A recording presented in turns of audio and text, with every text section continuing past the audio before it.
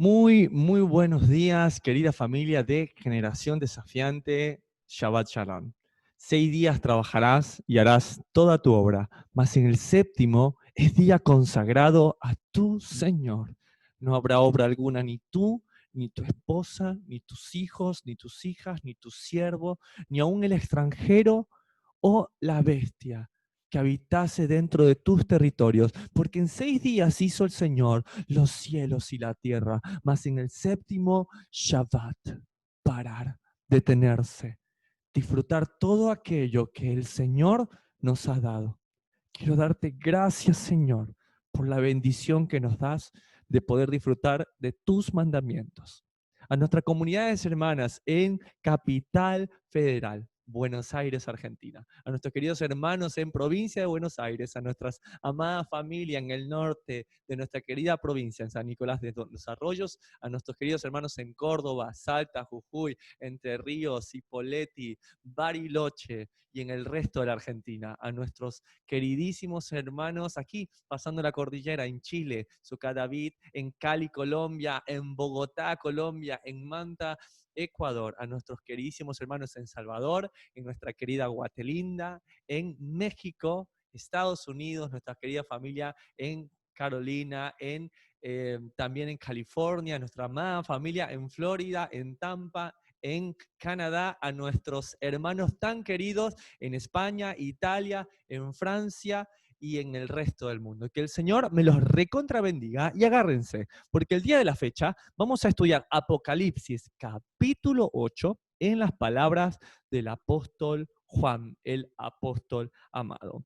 Y bueno, venimos estudiando a partir de estos sellos que venían dándose. Estos sellos, estos 7 sellos que eran, la verdad, bastante interesantes. Estos sellos que estaban cerrados, que permanecían a este libro cerrado y que entendimos como lo decía la profecía de Isaías, mirando no van a entender y le van a decir, léelo, y él va a decir, no sé cómo, la casa de Judá.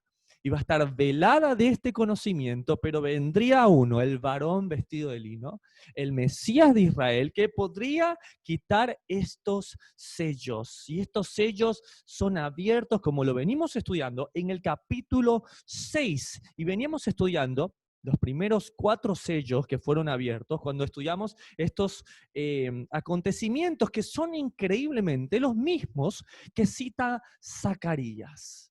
Zacarías capítulo 6, veíamos a este caballo blanco con una falsa paz, con un sello del anticristo, veíamos luego al caballo bermejo, rojo, este caballo que trae violencia y espada, luego a este caballo negro que era símbolo de Media y de Persia, tiempo de hambruna, tiempo donde dice que uno de los que estaban allí empezó a gritar 2 libras de trigo por un denario y 6 libras de cebada por un denario, pero no dañes el aceite del vino, tiempo donde desaparecería la clase media. Y también el caballo rodado, sucio o amarillo con sus jinetes, que era el Hades o la muerte, representada también por el Imperio Romano. Impresionante estos 4 sellos. Y luego vimos el quinto sello, que eran estos santos, estas almas que habían padecido por causa del Cordero y por causa del testimonio de ellos, y ellos hablaban y decían, ¿hasta cuándo, Señor Santo y verdadero, nos juzgas y vengas nuestra sangre en los que moran en la tierra? ¿Sí? Y les dijo que descansaran un poco más, porque todavía faltaban 2 sellos más para que ellos pudieran aparecer como con ropas emblanquecidas. Y ahí teníamos también nosotros al sexto sello, este gran terremoto, el sol de negro como tela de silicio, la luna volviéndose como de sangre, que las estrellas de los cielos se caían, y muchos se atreven a decir que es el Mesías tocando con sus pies la tierra, ese gran terremoto. Ese gran terremoto. Y lo que hacemos aquí en Generación Desafiante no es creer que podemos interpretar al 100% un libro tan complejo como el de Apocalipsis, pero sí podríamos tratar de dar una interpretación con la misma palabra de Dios, y en eso estamos, queridos compañeros de estudio bíblico, queridos hermanos en la fe. Y bueno, también vimos que entre el sexto sello y el séptimo sello que vamos a estudiar el día de hoy, inclusive también, hay un espacio donde Dios está empezando, como lo estudiamos, a sellar. Dios ha venido sellando en cada generación de cada tribu. Y vimos cómo Él se había sellado ya 12.000 de Judá, de Benjamín, de Simeón, de cada uno, de Gad, Rubén, Aser, Neftalí, Dan, Efraín, Zabulón, Manasés, Isaacar, Simeón, Judá y Benjamín. De las 12 tribus, Él viene guardando un remanente. ¡Wow! Dice que van a venir con la unción de Elías y van a venir con prodigio y grandes maravillas. Pero también entendimos que el Señor viene sellando también una generación que es, dice, incontable. No es como los 144.000 símbolos de un altar, como lo estudiamos la vez pasada, sino que viene sellando generaciones. Y fue increíble entender lo que decía Ezequiel capítulo 9, de que quienes eran sellados, y es impresionante entender de que no hacemos interpretaciones, sino simplemente referencias, y ver que el mismo episodio que relata Juan es el que vio Ezequiel capítulo 9. Y dice, yo sellé antes de venir el castigo, antes que venga el séptimo sello, donde es, vamos que se viene un gran tiempo, un tiempo de gran ira, sella a sus escogidos. Y dicen que eran aquellos que se afligían y que les dolía ver las abominaciones que estaban pasando. Ahora, ¿cómo sucede esto? ¿Cómo sucede esto de que tu corazón empieza a repudiar lo malo? El apóstol Pablo dijo, ¿quién me librará de este cuerpo de muerte? Si el apóstol Pablo decía lo que no quiero hacer, eso hago. O sea, ¿quién me librará de este cuerpo de muerte? Y yo creo que él hace la pregunta correcta. Él no dice, ¿cómo me libraré de este cuerpo de muerte? Él dice, ¿quién me librará? Y cuando tú entre más entiendes la ley, entre más entiendes la instrucción, entre más desempolvas la Torá y empiezas a estudiarla, no como creyendo haberlo alcanzado, claro que no, sino como queriendo aprender y tener sed de cada día aprender un poco más, te das cuenta que realmente siempre hemos necesitado, a través de todas las escrituras, y no solo en el Nuevo Testamento, al Mesías de Israel. ¿No me crees? Acompáñame, por favor, a Jeremías capítulo 31, donde existe la mayor profecía para todos nosotros. En el verso 31, donde dice, he aquí que vienen días, dice el Señor, en los cuales haré nuevo pacto con la casa de Israel y con la casa de Judá. El famoso pacto del que nos sentimos tan orgullosos, es con la casa de Israel y con la casa de Judá. Verso 32, no como el pacto que hice con sus padres el día que tomé su mano. Y vamos a ver qué fue lo que cambió. ¿Dios cambió el pacto? ¿O qué fue lo que cambió? Dice, para sacarlos de la tierra de Egipto, porque ellos invalidaron mi pacto, que quiere decir que el emisor del pacto estaba en lo correcto, el pacto estaba correcto, de hecho no se lo cambió, pero los destinatarios, podría decir Ezequiel 9, no son dignos, no hay cómo sellarlos. ¿Por qué? Porque aunque yo fui un marido para ellos, dice el Señor, pero este es el pacto que haré con la casa de Israel después de aquellos días, dice el Señor. Daré mi ley en su mente, esto es impresionante, y la escribiré en su corazón, y yo seré a ellos por Dios, y ellos me serán por pueblo. Y esto es impresionante porque antes de que venga este gran terrible día, antes de que Dios venga con el día de la ira, ¿sí? El día del juicio final, ya habiendo pasado tribulación y gran tribulación como lo estudiamos, el Señor va a venir a sellar a sus escogidos, como lo dice Ezequiel 9. Ahora, ¿cómo podrían sellarnos si, como dijo Pablo, ¿quién me librará de este cuerpo de muerto? Bueno, por eso viene tu Mesías y hace un nuevo pacto, y adivinas qué hace. Te cambia el corazón y te pone la ley en la mente. Imagínate, te sella la frente. Wow, wow, wow. ¿Me sella? Claro, dice que te la pone en la mente. Ya no la escribía más en tablas de piedra, sino que las pone en la mente. Wow. Cómo no quisiera que también, no solo en la mente, sino en mi corazón. Pero realmente, en Ezequiel capítulo 36, está profetizado lo mismo. Dice, os daré corazón nuevo y pondré espíritu nuevo dentro de vosotros. Ay, hermano, ahí me gustó, porque yo siempre he escuchado que el sello lo da el Espíritu Santo. Sí, es cierto. Sí, claro que sí. El Espíritu Santo es el sello de la salvación. Acompáñame, por favor, a ver qué hace el Espíritu Santo. Y quitaré de vuestra carne el corazón de piedra, una vez que venga el Espíritu Santo. y os daré un corazón de carne. Y pondré dentro de vosotros mi espíritu. Ahí está el Espíritu Santo sellándote, confirmando el pacto que ha hecho el Mesías, cambiando tu corazón, cambiando tu ser, poniéndote la ley en la mente, pero también haciendo esto, haciendo que andes en sus estatutos, que guardemos sus preceptos y los ponga por obra. Entonces, yo podría decir a la gente, no, yo estoy sellado por el Espíritu Santo, pero ¿cómo podríamos saber distinguir entre el trigo y la cizaña? ¿Cómo? Y Ezequiel nos da la clave. Está sellado por el Espíritu Santo, está sellado, como dice Ezequiel, anda en sus estatutos, guarda sus preceptos y los pone por obra. Esa es una muy buena pregunta que hay que hacernos. ¿Por qué? Porque la evidencia que hemos sido sellados por el Espíritu Santo es estar en la instrucción de Dios. Y es increíble porque es cíclico esto. Si nos vamos a Egipto, en Egipto pasó lo mismo. Egipto y el Éxodo, como lo dice Jeremías 16:14, ya nunca más se va a andar diciendo, vive el Señor que lo sacó de la tierra de Egipto, sino vive el Señor que lo sacó de todas las tierras. ¿Por qué? Porque así como en Egipto vino una plaga terrible, llamada la plaga de los primogénitos. Esta plaga terrible en gran manera que les quiero compartir en este momento.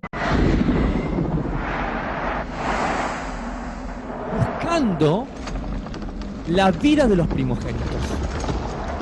Pero iba a haber una señal. La sangre del cordero en los dinteles de las puertas de los que estaban en pacto. Faraón no quería dejar ir a su pueblo. Así que, aunque se lo advirtió, no obedeció.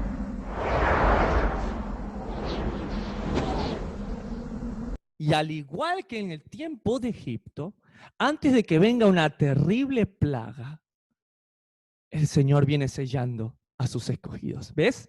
Una y otra vez. En este caso lo hizo con un cordero, según Éxodo 12, en las dinteles de las puertas. En nuestro caso lo hizo con la sangre del Cordero Santo. De hecho, Él dijo, una vez resucitado, reciban el Espíritu Santo. ¿Y qué hace el Espíritu Santo? Hace que andes en sus estatutos, que guardes sus preceptos y los pongas por obra. ¿Eso de qué es señal? De que Jeremías 31 pasó. De que Él selló tu vida y te puso su ley, su instrucción en tu mente y la escribió en tu corazón. ¿Tiempo de gran tribulación vendrá? Claro que sí. No seremos exceptos de la tribulación, de la gran tribulación. Claro que no. Bástale al discípulo ser como su maestro, pero eso no quiere decir que tengamos que pasar por el día de la ira o el día del juicio. Eso no lo quiere decir, porque de hecho, eso fue lo que vimos la semana pasada en el capítulo anterior de Apocalipsis, capítulo 7 y verso 13, cuando decía, uno de los ancianos habló diciéndome, estos que están vestidos de ropas blancas, ¿quiénes son y de dónde ha venido? Y responde, estos son los que han salido de la gran tribulación, que han lavado sus ropas y las han emblanquecido en la sangre del Cordero. Y aquí hay una aparente pausa entre el sexto sello y el séptimo sello, si se dan cuenta. O sea, venían los sellos, los 4 jinetes del Apocalipsis, aquellos que dicen, ¿hasta cuándo, Señor, nos juzga nuestras almas? Debajo del altar viene el sexto sello, el Mesías pone sus pies, viene el juicio, la tela de silicio se vuelve el cielo, la luna convertida en sangre, un gran terremoto y de repente, ¡pum! Hay calma. Pon mucha atención. ¿Esa calma para qué es? Para sellar a sus escogidos. Para sellar a aquellos que han vencido este tiempo de los jinetes, que han vencido el tiempo de la gran tribulación. Claro que sí. Y en este tiempo de silencio, justamente es donde empieza Apocalipsis, capítulo 8, en las palabras del apóstol Juan, verso 1. Cuando abrió el séptimo sello, aquí está la pausa que te dije, se hizo silencio en el cielo como por media hora. Y es algo impresionante, porque yo no sé si ustedes se dan cuenta que es exactamente la misma imagen, la misma analogía, el mismo drash, en el caso del pueblo de Dios cuando toma Jericó. dice que empiezan a rodearlos y el Señor le dice, en silencio, no hagan ruido. No hagan ruido. Imagínate el pueblo dentro de Jericó sabiendo esta nación que había vencido a todos en el desierto, que aún a la nación más importante como fue Egipto la venció. El miedo y el terror que han de haber sentido, de hecho lo vemos en Josué capítulo 2, cuando se encuentra con Rahab.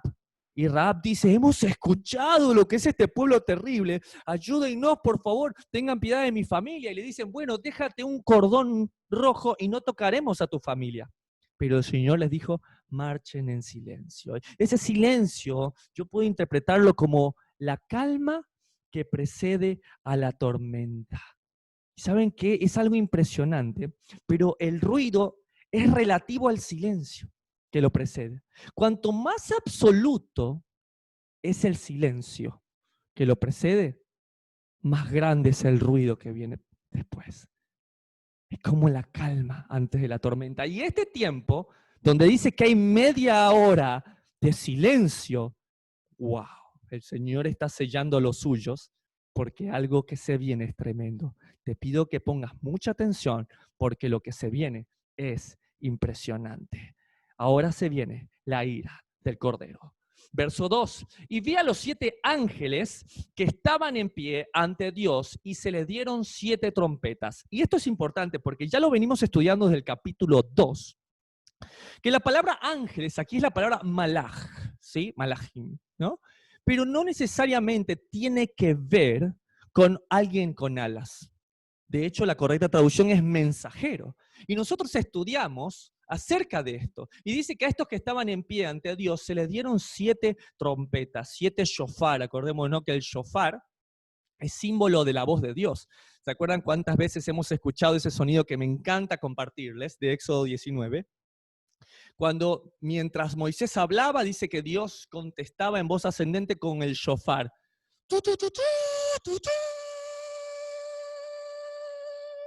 Entonces esa trompeta es un símbolo, ¿sí?, de la voz de Dios, de cómo Dios habla. Entonces dice que estos 7 mensajeros que estaban en pie ante Dios, se les dieron 7 trompetas, 7 palabras de Dios, 7 mensajes. Ahora, ¿de dónde se saca Juan estos 7 mensajeros?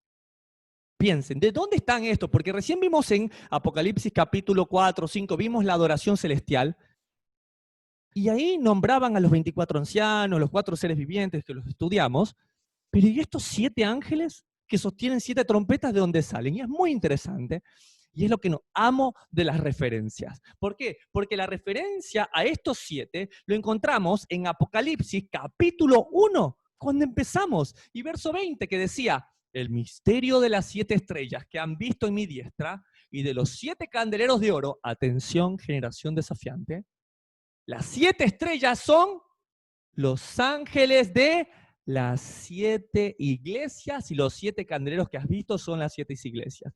¿Qué quiere decir? ¿Están listos para conectar Apocalipsis con las demás escrituras como nunca antes? Porque resulta que esos 7 mensajes que parecían que estaban aislados, esos 7 mensajes a la iglesia, ¿se acuerdan que las estudiamos? Resulta que van a estar conectados con estos 7 trompetas. ¿Sabe qué me apasiona pensar? Que estos 7 mensajeros, que decía, bienaventurado el que lee y el que escucha, estos 7 líderes que Dios levantó para llevar un mensaje a estos 7 tipos de iglesia, advirtieron, pero ellos mismos, en su advertencia a los que no obedecen, viene un castigo para esas 7 iglesias. Realmente para 6, porque Filadelfia fue fiel. Recuerden que esas 7 iglesias que nosotros estudiamos en el capítulo 2, que son las 7 iglesias del Apocalipsis, teníamos a la iglesia de Éfeso. ¿Se acuerdan que la iglesia de Éfeso, la iglesia primitiva, que el Señor le decía, wow, tu trabajo, tu arduo, tu fidelidad, es increíble lo que haces y has reconocido a los que son malos, pero tengo contra ti que has dejado tu primer amor. Y estudiamos en su momento que si bien era una iglesia física en ese tiempo, ¿qué tal también que esa iglesia esté presente aún en estos tiempos? ¡Wow! Y ese es el enfoque que me gustaría que me acompañen a pensar. No estoy diciendo que la interpretación sea el 100% así, pero sí me gustaría que como compañeros de estudios podamos pensar que no solamente fue una iglesia que pasó, sino que puede estar pasando actualmente. ¿Qué tal si la iglesia de Éfeso sigue aquí? ¿Qué tal si la iglesia de Éfeso, por ejemplo, puede ser la característica de muchos que estamos volviendo a las raíces hebreas de la fe? Y que somos celosos con la doctrina de los apóstoles y con lo que está escrito en la Torá, pero que muchas veces, por tanto hebreo, por tanta letra, por tanto como se dice, no se dice Yehoshua, Yehoshua, Yahshua, y tantas cosas, y que se dice Shabbat, y que esto y lo otro, estamos dejando nuestro primer amor. ¿No sería impactante saber que delante de Dios todo está en un solo momento? Y que la iglesia de Éfeso puede estar en estos tiempos también, porque muchos estamos siendo minuciosos con la doctrina, pero podemos dejar nuestro primer amor y puede haber consecuencias para ellos. Él le dice, te quitaré el candelero. De ahí también estudiamos a la iglesia de Esmirna. Y la iglesia de Esmirna, lo voy a tratar de señalar, acá está. La iglesia de Esmirna, que si bien también fue una iglesia presente, ¿sí? Una iglesia que significa mirra o significa aflicción, esta de lo que decían, de los que dicen ser judíos y no lo son. Y le dijo, vas a pasar tribulación. Claro que sí, vas a pasar tribulación, Esmirna, pero mantente hasta el final. Y vamos a ver si algunos no se mantuvieron y van a recibir ahora la trompeta con el juicio. Teníamos también la iglesia de Pérgamo. Pérgamo significaba matrimonio mixto y era esto que nacía de todo del imperio romano. Y Pérgamo se nos dijo como una advertencia, tengo contra ti que tienes la doctrina de Balaam, de ese idólatra que enseña a fornicar. Tengo contra ti la doctrina de los nicolaitas. Nicolaitas son aquellos que se ponen, que dicen yo soy el obispo del obispo, yo estoy por encima, yo soy el líder, el pastor, el evangelista. El siempre creer que un título puede estar por encima de las personas, sabiendo que, como dijo el Mesías de Israel, nadie diga al otro rabino, nadie le ande diciendo al otro padre, papa, todos ustedes son hermanos. Dios es su padre, yo soy su rabino. Y veremos cuál es el juicio que va a tener con esta iglesia, con la iglesia de Pérgamo, que es un matrimonio mixto. Y le dijo, yo contigo pelearé con la espada de mi boca. Pero ¿saben qué? Todos estos castigos quedaron como suspendidos. Pero yo creo que este es el momento para que aparezcan. Luego apareció la iglesia de Tiatira, ¿se acuerdan? La iglesia de Tiatira, que cuando la hablamos se asemejaba mucho a lo que había nacido de Roma. Este sistema romano apostólico que nacía de esto, de este sistema romano. A este sistema que inclusive se le quejaba porque decía, tengo contra ti que tienes a esa mujer, Samiramis, Jezabel, esta mujer que se cree la estrella del cielo, la madre de Dios, y que están idolatrando, que están adorando inclusive. ¿Y sabes qué?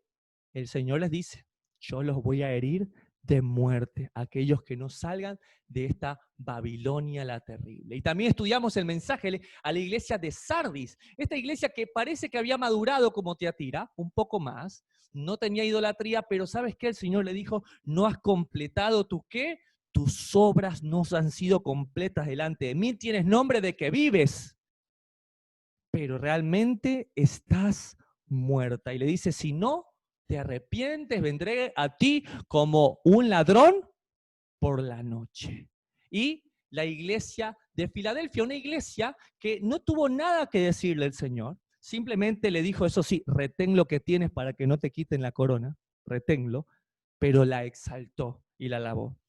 Y la última, la iglesia de la Odisea, la iglesia del final de los tiempos, una iglesia tibia, una iglesia que Dios la vomita de su boca, que le dices, te llamas rica, pero sabes que eres pobre, desnuda, te has enriquecido, te digo que compres de mí oro fino, y estudiamos que el oro fino era la palabra de Dios, era la ley dada a Moisés, y ponte colirio en los ojos, y entendimos también cuando el salmista decía, abre mis ojos y miraré las maravillas de tu ley. Limpia mis ojos, y lo hace con la palabra de Dios. Entonces, quiero darle este enfoque posible a la interpretación del capítulo 8. Puede ser que sea cronológico y puede ser que sean sucesos que vayan a pasar tal como está escrito, puede ser. Solamente me gustaría que podamos revisar esto. ¿Por qué? Porque es profecía. Y porque sería una locura que yo diga, es así, de esta manera, porque lo dijo el apóstol. En parte sabemos y en parte profetizamos.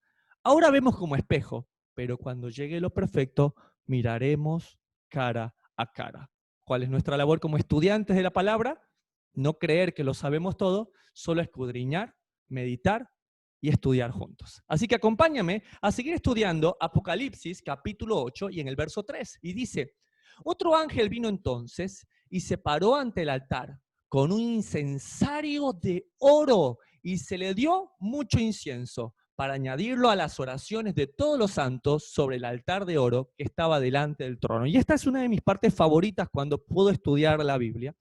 Y es compartirles a ustedes que lo que hacemos no es lo que recibimos a ojo blanco o es algo totalmente escondido. ¿Por qué? Porque me gusta mucho una frase que dice, si algo es nuevo, no es bíblico. Y si algo es bíblico, no es nuevo. ¿Qué quiere decir? No hay nada nuevo debajo del sol.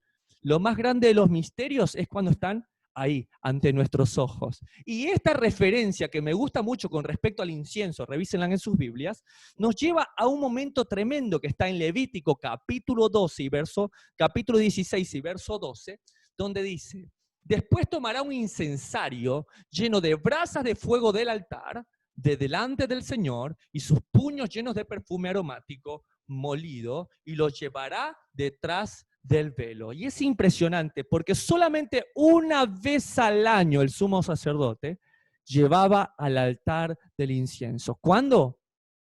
En el día de Yom Kippur. Y es increíble, porque el día de Yom Kippur, como lo verán en los títulos de sus Biblias, es el día de la expiación, el día de la reconciliación o el día del perdón de Dios, o el día de la ira también, el día del justo juicio del Señor. Entonces, todo engrana. Puedes verlo desde lo que muchas veces hemos conocido mal llamado Antiguo Testamento o el Nuevo. Todo coincide si lo vemos desde una perspectiva hebrea. Este acto no nos da duda que el juicio está a punto de comenzar. Verso 3, otro ángel vino entonces y se paró en el altar, ante el altar con un incensario de oro y se le dio mucho incienso para añadirlo a las oraciones de todos los santos sobre el altar de oro que estaba delante del trono. Pero, ¿qué es esto de las oraciones, este incienso? Y ahí lo explica, ¿no? El incienso son las oraciones de los santos, pero ¿son cualquier oración? Eso es lo que me preguntaba. Nuevamente, no creemos haberlo alcanzado, solamente abrir las escrituras. Y en cuanto más abrimos las escrituras, nos damos cuenta que existe una oración en particular que se repite en cada generación. Acompáñame, por favor, a Daniel capítulo 9 y verso 4, cuando el profeta Daniel dice, y oré al Señor mi Dios e hice confesión diciendo, ahora Señor, Dios grande, digno de ser temido, que guardas el pacto y la misericordia con los que te aman y guardan tus mandamientos. Dos características, dice el apóstol, dice Daniel, amar a Dios y guardar sus mandamientos. Apocalipsis 14:12, en las palabras de Daniel. Verso 5, hemos pecado, hemos cometido iniquidad, hemos hecho impíamente y hemos sido rebeldes y nos hemos apartado de tus mandamientos y tus ordenanzas. Él está creyendo, él se está dando cuenta que la razón por la cual ellos están en el exilio, en Babilonia, para ser exactamente a punto de cumplir sus 70 años, es por causa de la desobediencia a la palabra de Dios. ¿No me crees? Sigue leyendo conmigo en el verso 6. No hemos obedecido a tus siervos los profetas que en tu nombre hablaron a nuestros reyes, a nuestros príncipes, a nuestros padres y a todo el pueblo de la tierra. Verso siguiente, el 7. Tuya es, Señor, la justicia y nuestra la confusión de rostro. Como en el día de hoy, lleva todo hombre de Judá, los moradores de Jerusalén y todo Israel, los de cerca y los de lejos. Wium, wium, wium. Aquí tiene que sonarte una alarma. Aquí Daniel está haciendo una diferencia entre Judá, Jerusalén e Israel. Los que están cerca y también los que están dispersos, los que están lejos, en todas las tierras a donde los ha echado. Esta casa de Israel dispersa, contada por Daniel, a causa de su rebelión, con que se rebelaron contra ti. ¿No me creen que claramente el grito de Daniel es: restáuranos, Señor, restaura a los que se fueron, restaura a las 12 tribus de Israel? ¿No me creen? Bueno, muchos me pueden decir: Daniel ya pasó, vivimos en el tiempo de Jesús. Acompáñame a Hechos capítulo 1 para ver la ascensión de nuestro Mesías a los cielos, verso 6. Entonces, los que se habían reunido le preguntaron diciendo: Señor, ¿restaurarás el reino a Israel en este tiempo? ¡Wow! La misma oración. Restáuranos, Señor. Restáuranos, restáuranos, restáuranos, Señor. Restaura las 12 tribus. Y él le dijo: mira, no tienes por qué saber los tiempos y las sazones que tiene el Padre en su sola potestad, pero me serán testigos, tendrán poder y me serán testigos en Samaria hasta el final de la tierra. Pero es la oración, no solo de Daniel, sino también de los apóstoles. Pero muchos me dirán: sí, sí, pero esos apóstoles, nosotros somos más de la gracia, somos más del apóstol Pablo. Acompáñame a Hechos capítulo 26, donde el apóstol Pablo se presenta ante el rey Agripa en defensa contra algunos de los judíos que lo persiguen, y por eso me gusta mucho la versión TLA de esta versión, que dice el verso 5, siempre he sido un fariseo, se está defendiendo con Herodes Agripa. Si ellos quisieran, podrían asegurarlo, pues lo saben. Los fariseos somos el grupo más exigente de nuestra religión. Ahora me están juzgando aquí solo porque creo en la promesa que Dios le hizo a nuestros antepasados. Sucat David, generación desafiante, pon mucha atención porque Pablo está diciendo que está atento a una promesa. Verso 7, nuestras 12 tribus de Israel esperan que Dios cumpla esa promesa. Por eso aman y adoran a Dios día y noche. Gran rey Agripa, los judíos que me acusan, y por eso amo esta versión, porque no es todos los judíos, sino solo aquellos que lo acusan, no creen en esa promesa.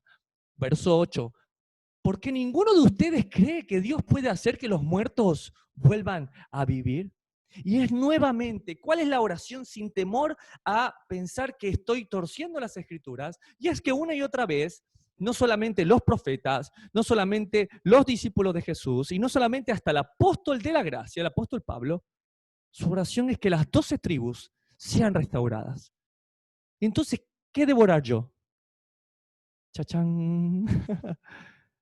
Amado hermano, amada hermana, ¿me permites preguntarte, como mi compañero de estudio bíblico, por quién estás orando? ¿Estamos orando por la restauración de las tribus? ¿Estamos orando por Israel? ¿Estamos orando por la paz de Jerusalén? No, hermano, es que a mí la paz de Jerusalén, esas cosas, yo estoy más en la gracia, estoy de este lado. Y es impresionante, porque muchos de nosotros queremos ser como David. Tú le preguntas a cualquier persona, casi que de cualquier religión, que si quisiera tener corazón como David, sí, obvio, sí, yo quiero ser como David, y matar gigantes y cantar el arpa. Pero acompaña a ver cómo hace David y por qué ora David. En Salmos 122 y verso 1 dice: yo me alegraré con los que me decían. ¿Están listos para ser compadres con David? Mira lo que dice: yo me alegré con los que me decían, a la casa del Señor iremos. Nuestros pies estuvieron dentro de tus puertas, oh Jerusalén. Jerusalén que se ha edificado como una ciudad que está bien unida entre sí. Entonces, sí, claro, esperamos una Jerusalén celestial. Sí, claro, esperamos la restauración de Israel. Pero él mismo, David, dice: yo me alegré con aquellos que aman Jerusalén, con aquellos que desean que sus pies estén dentro de sus puertas.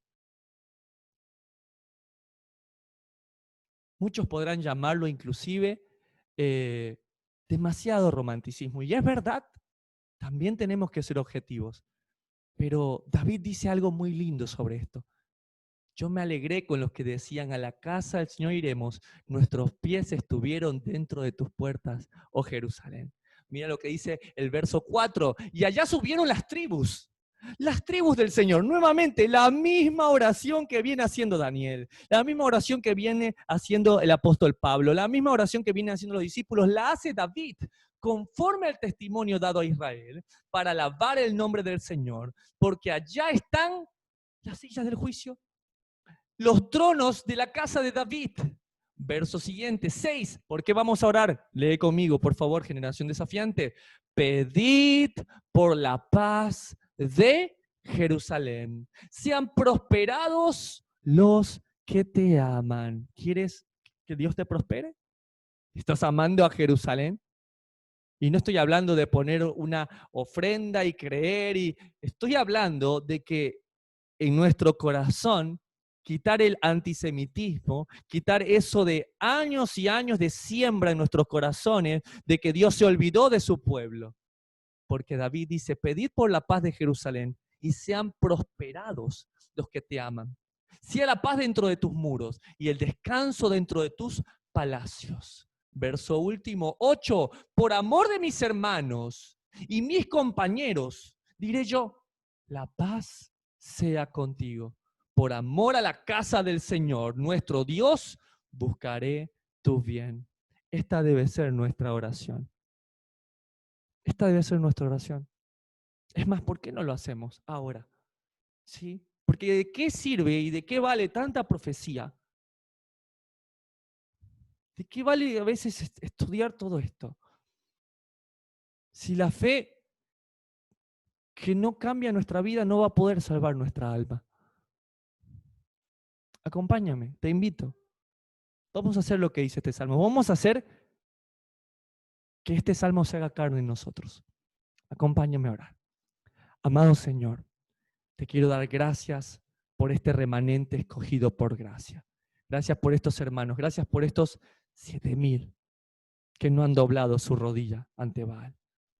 Estos que entendieron que la sangre del Cordero Santo les dio ciudadanía de Israel. Una ciudadanía no dado por un hombre, sino por aquel que tiene las llaves de David, del reino de David, el Mesías de Israel.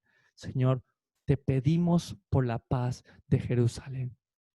Señor, llévanos a tu casa de oración. Señor, úsanos para reconstruir tus atrios. Úsanos para reconstruir el tabernáculo caído de David. Bendecimos a Jerusalén. Amén, amén y amén. Verso 4. Y de la mano del ángel subió a la presencia de Dios el humo del incienso con las oraciones de los santos. Y esto es impresionante. Mira lo que dice el verso 5. Y el ángel tomó el incensario y lo llenó de fuego del altar y lo arrojó a la tierra. Las oraciones suben y hay una respuesta. Esto es impresionante. La oración subió delante de Dios. La oración de restáuranos, la oración de hasta cuándo, Señor santo y verdadero, no juzgas nuestras almas. Y el Señor dijo, llegó el momento. Muchos dicen que yo no veo, muchos dicen que no voy a juzgar, pues llegó el momento. Verso 5, agárrense. Y el ángel tomó el incensario y lo llenó del fuego del altar y lo arrojó a la tierra. Y hubo truenos, voces y relámpagos y un inclusive terremoto. Y los 7 ángeles que tenían las 7 trompetas se dispusieron a tocarlas. Ahora se viene lo bueno. Ahora se viene el momento cuando los 7 ángeles, los 7 mensajeros que les advirtieron a estas iglesias, ahora va a decirles, porque si no, y muchos dicen, no, es como el niño que dice, viene el lobo, y no viene. Bueno, llegó el momento de ver que cuando Dios envía un mensaje, también lo cumple. Verso 7, el primer ángel tocó la trompeta y hubo granizo y fuego mezclado con sangre que fueron lanzados sobre la tierra, y la tercera parte de los árboles se quemó, y se quemó toda la hierba verde. Y esto a mí me apasionó cuando lo vi. ¿Por qué? Porque sabemos que el primer ángel toca la primera trompeta, y el primer mensaje fue a qué iglesia? A la iglesia de Éfeso. Una iglesia que sí, era verdad, era una iglesia que era celosa, pero que había dejado su primer amor. Y le dijo, si no, te voy a quitar el candelero. Pero como siempre, Dios está buscando a sus escogidos, aún de estos lugares, Dios está escogiendo. De hecho, dice que una tercera parte se quemó. Pero esto es muy interesante porque dice que hubo granizo y fuego mezclado con sangre. ¿Qué episodio bíblico ustedes se acuerdan que hubo del cielo que cayó granizo y fuego mezclado con sangre sobre la tierra? Muy bien, Ela. Sodoma y Gomorra, Génesis 19:24. Claro que sí, es impresionante. Ahora, imaginen esto, Abraham abogando y trayendo a sus sellados, a sus escogidos antes del día de la ira. ¿Pasó tribulación Lot? Vamos que la pasó. Pero ¿qué pasó? El día de la ira, Abraham lo tomó. Y así siguen todavía los hijos de Abraham. Y es impresionante lo que dice Segunda de Pedro, capítulo 2 y verso 7. Y libró al justo Lot, abrumado. ¿Por qué libró a Lot? A ver, estudiantes, ¿quién se acuerda de Ezequiel capítulo 9? ¿Cuál era la marca de los sellos? ¿Cuál era? Los que se afligían por las abominaciones, ¿recuerdan? ¿Será que esto le pasó a Lot? ¿Será que se cumple Ezequiel 9? Lee conmigo. Y libró al justo Lot abrumado por la nefanda conducta de los malvados. ¡Wow! 8. Porque este justo que moraba entre ellos afligía cada día su alma justa, viendo y oyendo los hechos inicuos de ellos. Se cumple al pie de la letra Ezequiel capítulo 9, sin temor a equivocarnos, porque la palabra, porque la Torá lo muestra, porque los profetas lo muestran. Lot cumple Ezequiel capítulo 9. Ay, pero se fue y dejó a su tío y se fue a vivir a Sodoma y Gomorra, lo que tú quieras.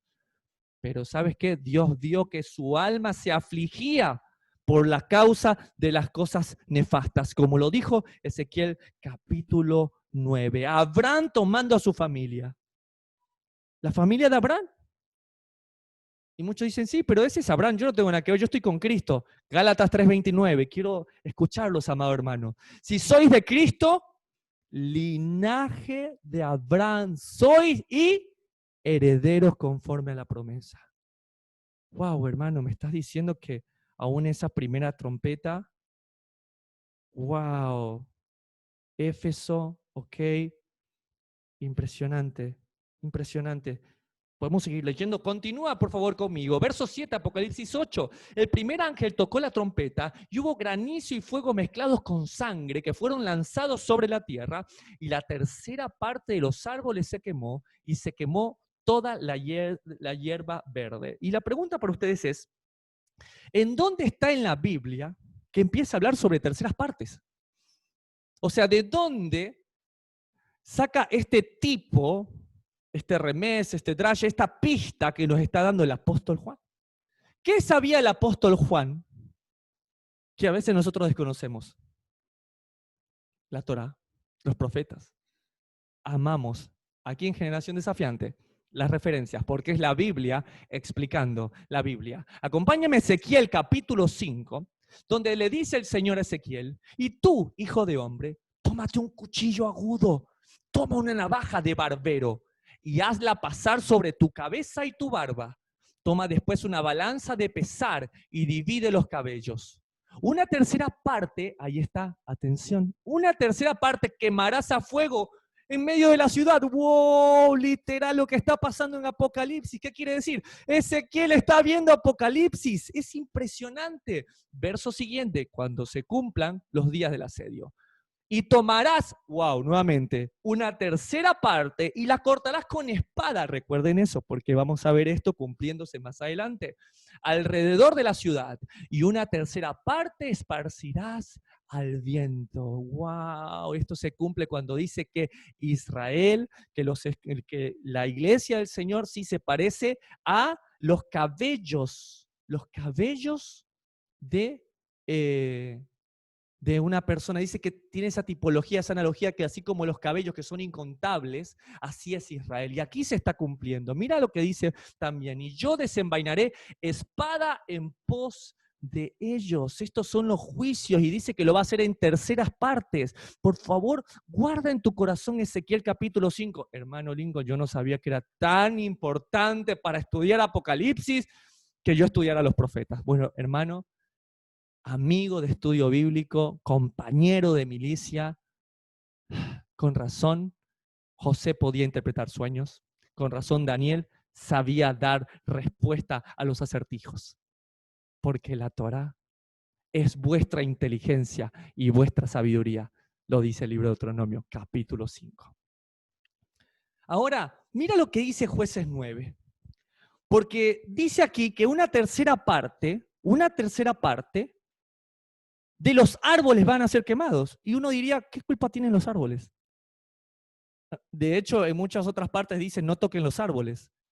Entonces, ¿de qué se está recibiendo? Y bueno, si no leíste Jueces, acompáñame por favor a Jueces capítulo 9 y verso 8, donde dicen: fueron una vez los árboles a elegir rey sobre sí, y dijeron al olivo: reina sobre nosotros. Mas el olivo respondió: ¿he de dejar mi aceite, con el cual en mí se honra a Dios y a los hombres, para ir a ser grande sobre los árboles?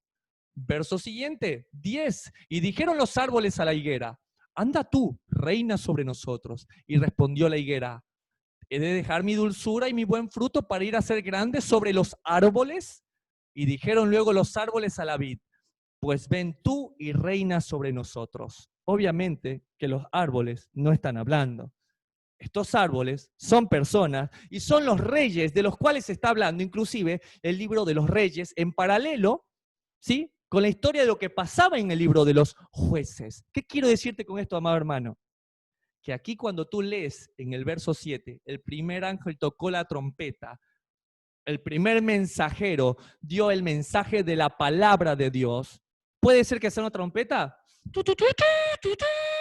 Puede ser que sea un shofar, podría ser.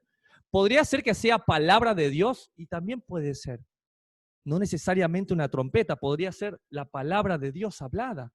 Alguien que te redarguye, alguien que te está llevando la palabra de Dios, que te está diciendo, vuélvete al primer amor, que te está diciendo, deja la mezcla, y tal vez no lo estamos escuchando. Mira lo que dice ahí: y hubo granizo y fuego mezclado con sangre que fueron lanzados sobre la tierra, y la tercera parte, ya entendimos que la tercera parte es un juicio sobre Israel, de los árboles se quemó, y se quemó toda la hierba verde. Entonces, ¿qué quiere decir? ¿Qué dijo también el libro de Isaías capítulo 40? La flor se seca, la hierba se seca, la flor se cae. ¿Y a quién comparaba el Señor con la hierba? A nosotros. Que un día estamos y al otro no. ¿Qué quiero decirte, amado hermano? ¡Wow! ¿Es tanta simbología? Y sí, hay que estudiar Isaías, hay que estudiar los profetas, porque si no, vamos a creer que Dios tiene algo en contra de los árboles. Y no, el juicio viene sobre aquellos que son como ellos, y como somos comparados constantemente, como los árboles o como la hierba. Y esta primera trompeta es en respuesta a la primera iglesia, que fue Éfeso, ¿sí? Éfeso, a la que le dijo: no te has vuelto al primer amor. La segunda trompeta dice así, verso 8: el segundo ángel tocó la trompeta, y como una gran montaña ardiendo en fuego, fue precipitada en el mar, y la tercera parte del mar se convirtió en sangre. Y murió la tercera parte de los seres vivientes que estaban en el mar, y la tercera parte de las naves fue destruida. Y aquí hay algo muy interesante, y es que el segundo ángel que está aquí, el segundo mensajero, tocó esta trompeta, y recordemos que esta segunda iglesia era la iglesia de Esmirna, a la cual le dijo: ¿sabes qué? Vas a padecer, pero sé fiel. ¿Hasta cuándo? Hasta la muerte. Sé fiel hasta la muerte. ¿Para qué? Para que la muerte, para que la muerte segunda no te toque, ¿sí? Y es interesante porque dice que la tercera parte, aquí está, la tercera parte de los seres vivientes, la tercera parte de los seres vivientes se convirtió en sangre. Ahora, ¿quiénes son estos seres vivientes? ¿Quiénes son los peces en el mar? Nosotros ya lo sabemos. Los peces en el mar, Dios no tiene nada en contra de los peces. ¿Quiénes son los peces que el Señor le dijo, ya no vas a llamarte más pescador de hombres, sino que ahora te voy pescador de peces, sino pescador de hombres? Se está cumpliendo. ¿Qué quiere decir? Que este segundo ángel está diciendo, mientras que en el anterior murieron árboles, son tipologías de personas. En este caso, está muriendo una tercera parte de esta iglesia, de esta congregación que es Esmirna, de aquellos que no se mantienen fieles. Y a mí me hace pensar mucho esto. Me hace pensar si ya pasó con Éfeso, aquellos que no se arrepintieron, que no volvieron a su primer amor, viene y los rae de la tierra. Lo mismo va a ser con Esmirna, una tercera parte. Y uno dice, qué terrible lo que pasa. Sí, pero hay unas 2/3 partes que dice esta profecía que están siendo sellados. Y Dios es justo, y Dios es fiel. Dice también que estaban en el mar y la tercera parte de las naves fue destruida. Y es muy interesante porque cuando leíamos la profecía a Esmirna, decía, dices que eres pobre pero eres rica. ¿Se acuerdan que decía, dices que eres pobre pero eres rica? Y es muy interesante que nombre naves, porque las naves son un símbolo de comercio. Las naves son un símbolo de riqueza. Entonces, bien podría decir y hablar específicamente de aquellos que dicen que eran pobres, pero realmente eran ricos, y bien podría ser un juicio para estos también. Muy, muy interesante. Y dice que se convirtió en sangre.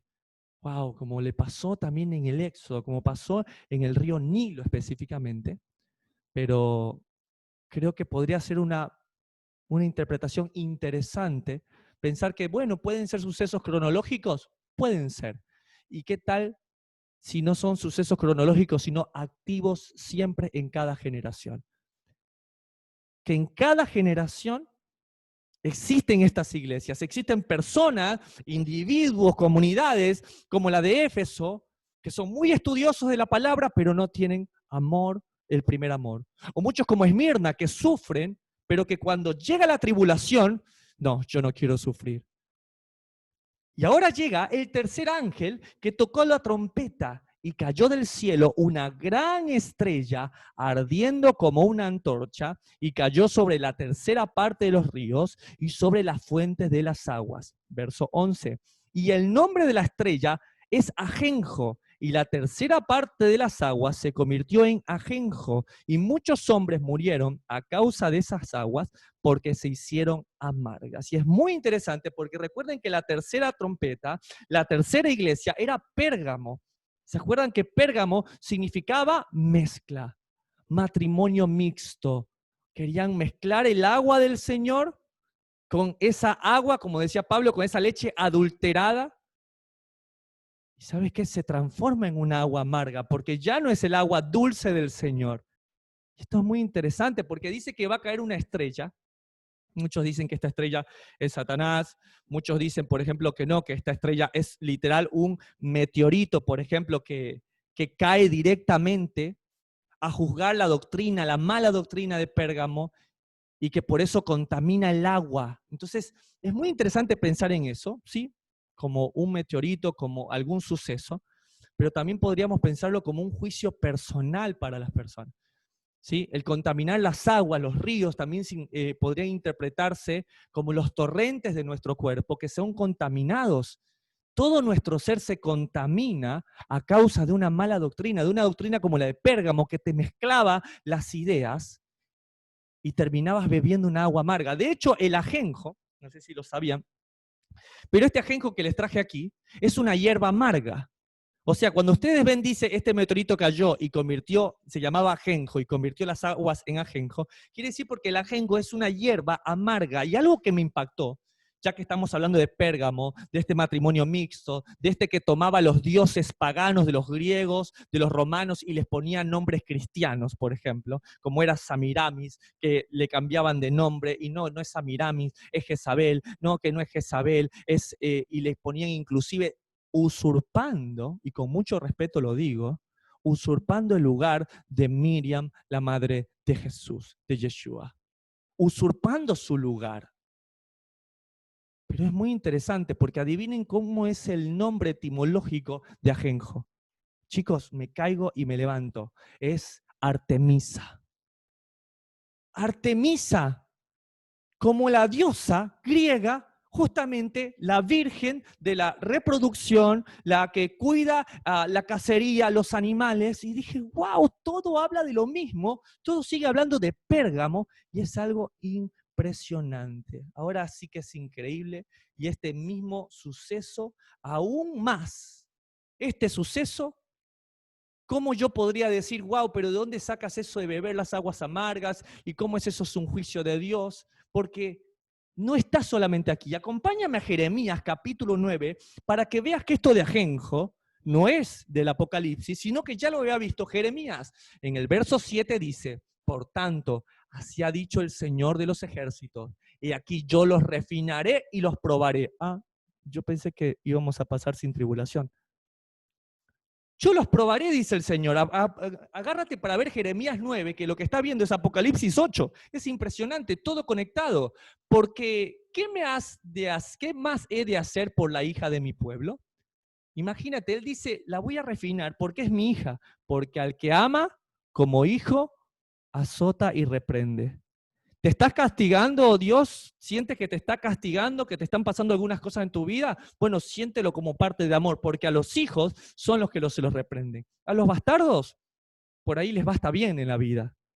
Pero a veces las situaciones difíciles que nos pueden estar pasando también son actos de amor. Verso siguiente, el 8 dice, saeta afilada es la lengua de ellos, engaño habla. Con su boca dice, pasa a su amigo, y dentro de sí pone a sus acechanzas. 9. ¿No los he de castigar por estas cosas? Dice el Señor. De tal nación, ¿no se vengará mi alma? ¡Wow! Pero es su hija. Pero dijo Pedro, el juicio debe empezar por la casa de Dios. Y si el justo con dificultad se salva, ¿cuánto más los que no obedecen el evangelio de Dios? Verso 10, por los montes levantaré lloro y lamentación. Claro que sí, a un hijo, a un padre no le gusta castigar a sus hijos, no le gusta darle interpretación y más verlos llorar, pero sabe que es necesario. Y llantos por los pastizales del desierto, porque fueron desolados hasta no quedar quien pase, ni oírse bramido de ganado. Desde las aves del cielo hasta las bestias de la tierra huyeron y se fueron.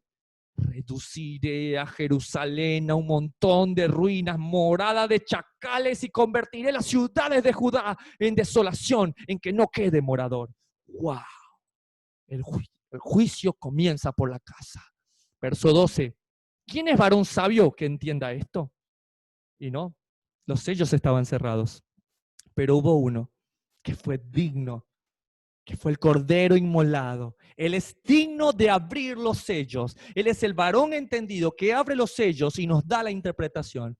¿Y a quién habló la boca del Señor para que pueda declararlo? ¿Por qué causa la tierra ha perecido, ha sido desolada como desierto hasta no haber quien pase? Verso 13, dijo el Señor, porque dejaron mi ley, la cual di delante de ellos, y no obedecieron a mi voz. ¿Se acuerdan cuando habló a través del shofar, a través de la trompeta, la misma trompeta que estos ángeles están haciendo sonar? Y muchos no lo obedecen, ni caminaron conforme a ella.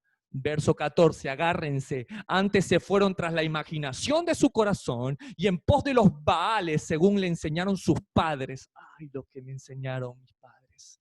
15, por lo tanto, así ha dicho el Señor de los ejércitos, Dios de Israel. ¿Listo para el juicio que se está cumpliendo en Apocalipsis 8? Te ruego, lee conmigo. Y aquí que a este pueblo yo le daré de comer ajenjo y les daré a beber aguas de hiel. aguas amargas. ¿Qué estamos haciendo? Dando una interpretación profética. Solo estamos leyendo la Torá y los profetas. Verso 12. El cuarto ángel toca la trompeta. Agárrense. Tiatira. Tiatira. Tiatira, la gran ramera. Vamos a llegar con Tiatira. ¡Wow! Que fue herida, y fue herida la tercera parte del sol. Atención, la tercera parte de la luna y la tercera parte de las estrellas. Y nuevamente, Dios no va a tocar el sol, la luna y las estrellas. Lo que está diciendo es que el sol, la luna y las estrellas justamente es un tipo de lo que es Tiatira. ¿Por qué? Mira lo que dice, para que se oscureciese la tercera parte de ellos y no hubiese luz en la tercera parte del día y asimismo de la noche. Y la verdad que me impacta esto, porque qué idílico que lo que más usa este sistema pagano que nació de Roma, este sistema eh, reconocido como la gran ramera, es impactante porque lo que adora, adora el sol. De hecho, aún en su central en el Vaticano, toda la sala la plaza de San Pedro es un sol con un obelisco. La figura de esta mujer, Jezabel, Artemisa, Samiramis, que no se merece ni siquiera que yo pueda decir el nombre de la madre del Señor, que fue Miriam, una tremenda jovencita que fue dispuesta a morir por causa de a obedecer a Dios, que usurpan su lugar con una luna en sus pies y con estas falsas estrellas que hacen de barro llamado ángeles que adoran. Qué interesante que justamente lo que hace este sistema idólatra de Tiatira, con esta mujer Jezabel que enseña a idolatrar, justamente a lo que ellos idolatran, ya el sol no les va a alumbrar, la luna no les va a dar luz, ni la tercera parte de las estrellas. No va a haber entendimiento en ellos, ya no va a haber luz para ellos. Verso 13, y miré, y oí a un ángel volar por en medio del cielo diciendo a gran voz, ay, ay, ay, de los que moran en la tierra, a causa de los otros toques de trompeta que están para sonar los tres ángeles. ¿Qué quiere decir? Si esto te impactó, si tú crees que esto fue increíble, agárrate, porque no fue nada, te está diciendo este ángel. ¿Tú crees que lo anterior fue increíble? Lo que le pasó a todas estas iglesias y todos los sucesos impresionantes que estás viendo, y un asteroide y el ajenjo y las aguas amargas. Este ángel dice, no es absolutamente nada. Se vienen, dice aquí, 3 ángeles más. ¿Sabes qué? Se viene la ira del Cordero.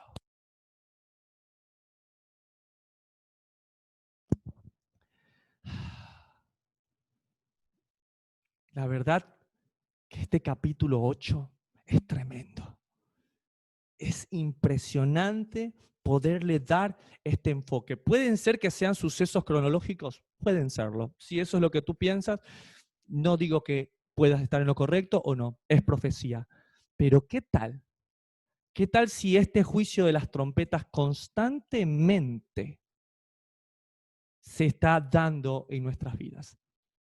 ¿Qué tal si nosotros pensando que no, que cada iglesia era distinta? ¿Qué tal si dentro de nuestras mismas comunidades y en este mundo hay iglesias actualmente de Éfeso? ¿Qué tal si hay iglesias de Esmirna? ¿Qué tal si hay iglesias de Pérgamo y de Tiatira? Y Dios permite los juicios. Y sabes que los juicios también son actos de amor. Nos dan la oportunidad de que nos arrepentamos. Aún el dolor y la enfermedad son grandes oportunidades. Dios es misericordioso. Aún en el dolor y aún en la tragedia, si te da y me da tiempo de arrepentirnos, no escondamos nuestro rostro. Porque es preferible bastarnos a nosotros ser como nuestro maestro y padecer un poco de tiempo aquí y no padecer eternamente y llegar delante de Él. Es preferible padecer aquí y tal vez que el Señor nos levante O tal vez padecer y morir, pero en Él, descansando, como dijo Pablo, en su presencia. A veces está bueno pensar, no solamente como juicios apocalípticos y lejanos, sino de, ¿estoy siendo yo como Éfeso y no me he vuelto a mi primer amor? ¿Estoy siendo yo como Esmirna, que no estoy tolerando el sufrir y padecer la humillación hasta el final, sino que quiero, por mi orgullo, no parecerme a mi Mesías y ser un siervo sufriente? ¿O qué tal parecernos a Pérgamo y empezar a tolerar cada quien con cada cual? ¿O qué tal ser como Tiatira y tolerar la idolatría y la doctrina de los nicolaitas que se creen más? Muchos dijimos atrás y dejamos atrás el mensaje de las iglesias del Apocalipsis. Pero ¿qué tal si en este capítulo nos está mostrando que es momento de arrepentirnos y de volver a Él? Amén. Señor, quiero darte gracias por el estudio de Apocalipsis capítulo 8. Señor, emocionados estamos de ya seguir estudiando esta maravillosa profecía que diste a tu siervo Johanán, Juan. Gracias, Padre, porque no somos merecedores, pero te damos gracias por habernos dado a uno que sí era digno y justo, como el Mesías de Israel, que ha abierto estos sellos. Padre, que podamos ser encontrados cada uno y cada cual en lo que tú le has puesto a trabajar, Señor. Ayúdanos a reflexionar y a que nos encuentres alertas y haciendo lo que te agrada. Amén, amén y amén. Hemos terminado Apocalipsis capítulo 8 en las palabras del apóstol amado Juan. Nos vemos la próxima semana para continuar estos los 3 últimos trompetazos para el gran juicio, a lo que podría ser las iglesias del Apocalipsis. Que el Señor me los recontra bendiga. Shabbat, shalom, Shabbat, shalom.